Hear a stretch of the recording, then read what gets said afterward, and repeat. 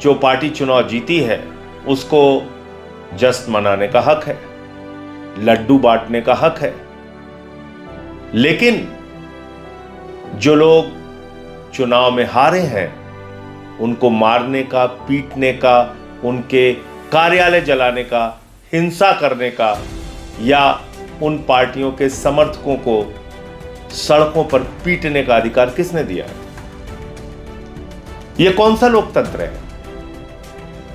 जो दृश्य और तस्वीरें बंगाल से आ रही हैं और पूरा का पूरा गोदी मीडिया खामोश है, केंद्र की मोदी सरकार खामोश है। क्या हम बंगाल को मणिपुर बनाना चाहते हैं?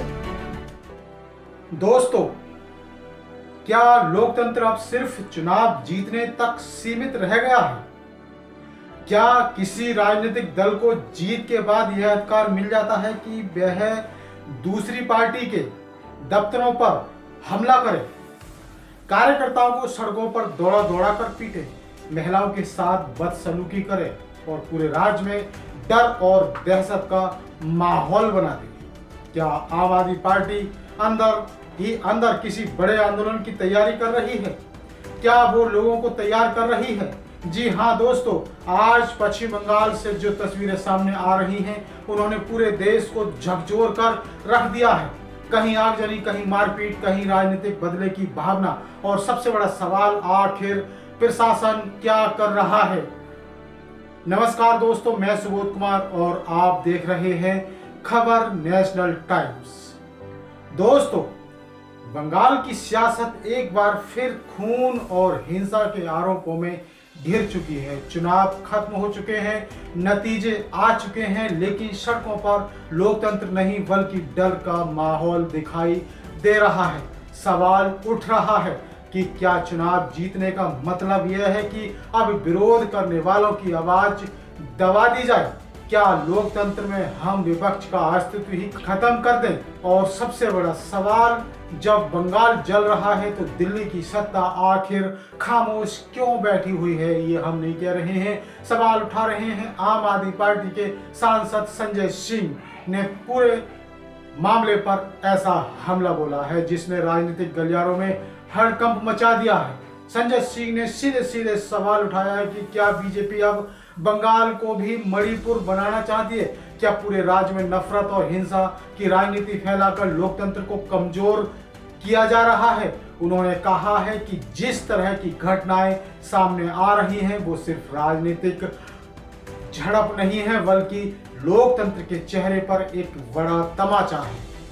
दोस्तों, संजय सिंह ने गोदी मीडिया पर भी जमकर हमला बोला है। उन्होंने कहा है कि जब दूसरी सरकारों में छोटी सी घटना होती है तो टीवी चैनलों पर दिन रात बहस चलती है, गला फाड़ते हैं, लेकिन बंगाल की हिंसा पर वही मीडिया अचानक शांत क्यों हो जाता है? आखिर कैमरे वहां क्यों नहीं पहुंचते जहां गरीब कार्यकर्ताओं का खून बह रहा है?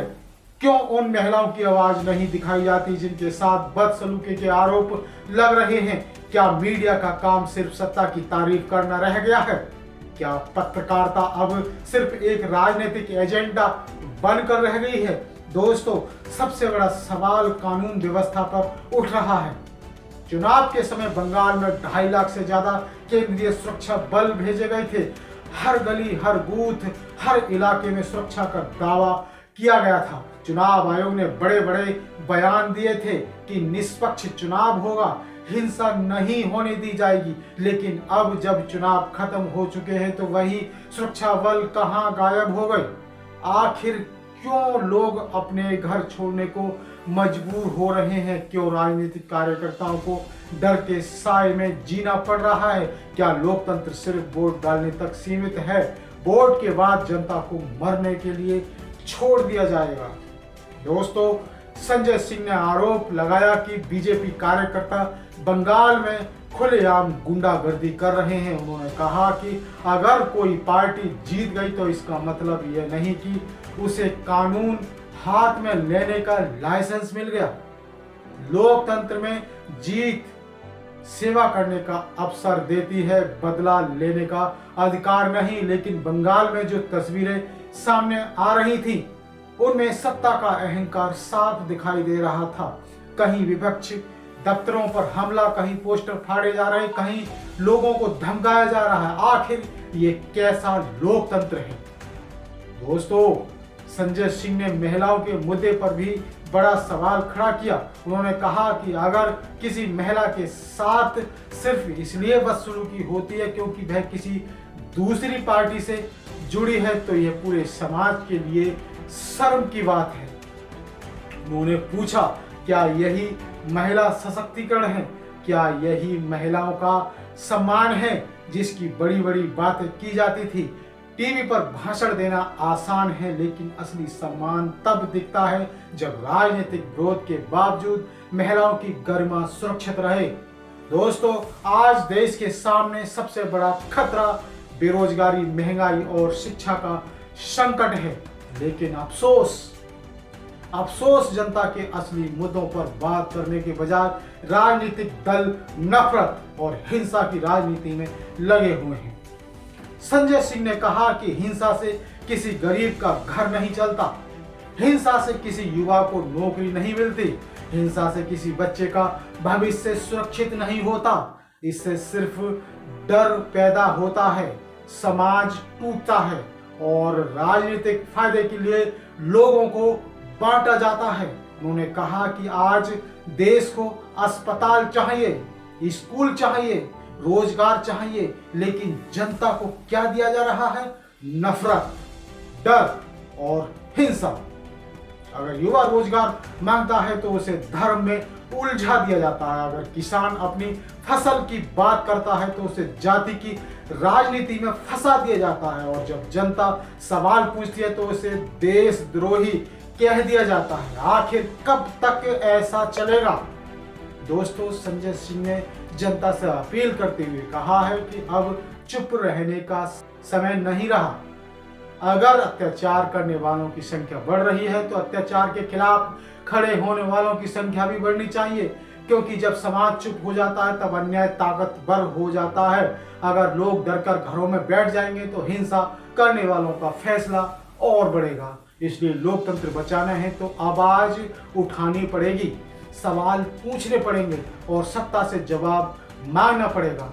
दोस्तों, सोचिए, अगर आज किसी पार्टी के कार्यकर्ता पीटे जा रहे हैं तो हम चुप हैं, तो कल ये आग किसी और घर तक भी पहुंच सकती है। लोकतंत्र की सबसे बड़ी ताकत यही है कि यहाँ हर व्यक्ति को अपनी बात कहने का अधिकार है। लेकिन अगर डर के कारण लोग बोलना बंद कर दें, अगर राजनीतिक बदले की भावना में लोगों को निशाना बनाया जाए, तो फिर लोकतंत्र और तानाशाही में फर्क ही क्या रह जाएगा? दोस्तों, बंगाल की हिंसा सिर्फ एक राज्य का मुद्दा नहीं है, यह पूरे देश के लोकतंत्र का सवाल है। क्योंकि अगर चुनाव के बाद हिंसा होगी, अगर जीत के बाद बदला लिया जाएगा, अगर प्रशासन मूर्ख दर्शक बना रहेगा, तो फिर जनता का लोकतंत्र से भरोसा टूटने लगेगा। और जब जनता का भरोसा टूटता है तब देश कमजोर होता है। आज जरूरत है कि हर राजनीतिक दल हिंसा की राजनीति छोड़कर लोकतंत्र का सम्मान करे। सत्ता आती है, जाती रहती है, लेकिन समाज में नफरत का जहर कई पीढ़ियों तक नुकसान पहुंचाता है। नेताओं के भाषण खत्म हो जाते हैं, लेकिन हिंसा में टूटे परिवार जिंदगी भर दर्द झेलते हैं। इसलिए राजनीति अगर सेवा नहीं बन सकती तो कम से कम समाज को जलाने का हथियार भी नहीं बननी चाहिए। दोस्तों, अब सवाल सीधे जनता से है। क्या आप चाहते हैं कि देश की राजनीति इसी तरह हिंसा और नफरत के रास्ते पर चलती रहे? क्या लोकतंत्र का मतलब सिर्फ चुनाव जीतना रह गया है? क्या राजनीतिक दलों को कानून से ऊपर मान लिया जाए, या फिर जनता को एकजुट होकर हिंसा के खिलाफ आवाज उठानी चाहिए? कमेंट करके जरूर बताइए कि बंगाल में हो रही हिंसा पर आपकी क्या राय है। क्या केंद्र सरकार को इस मामले में सख्त कदम उठाने चाहिए? क्या प्रशासन अपनी जिम्मेदारी निभा रहा है? और क्या मीडिया को भी निष्पक्ष होकर सच दिखाना चाहिए? दोस्तों, लोकतंत्र सिर्फ नेताओं से नहीं चलता। लोकतंत्र जनता की जागरूकता से चलता है। जब जनता सवाल पूछती है तभी सत्ता जवाब देती है। इसलिए डरिए मत, चुप मत रहिए, क्योंकि संविधान ने आपको आवाज उठाने का अधिकार दिया है। अगर आपको ये वीडियो पसंद आया हो तो वीडियो को लाइक करें, ज़्यादा से ज़्यादा शेयर करें ताकि सच ज़्यादा लोगों तक पहुँचे, और चैनल खबर नेशनल टाइम्स को जरूर सब्सक्राइब करें। मैं सुबोध कुमार फिर मिलूंगा एक नई और बेबाक स्टोरी के साथ। तब तक के लिए धन्यवाद, नमस्कार, जय भीम।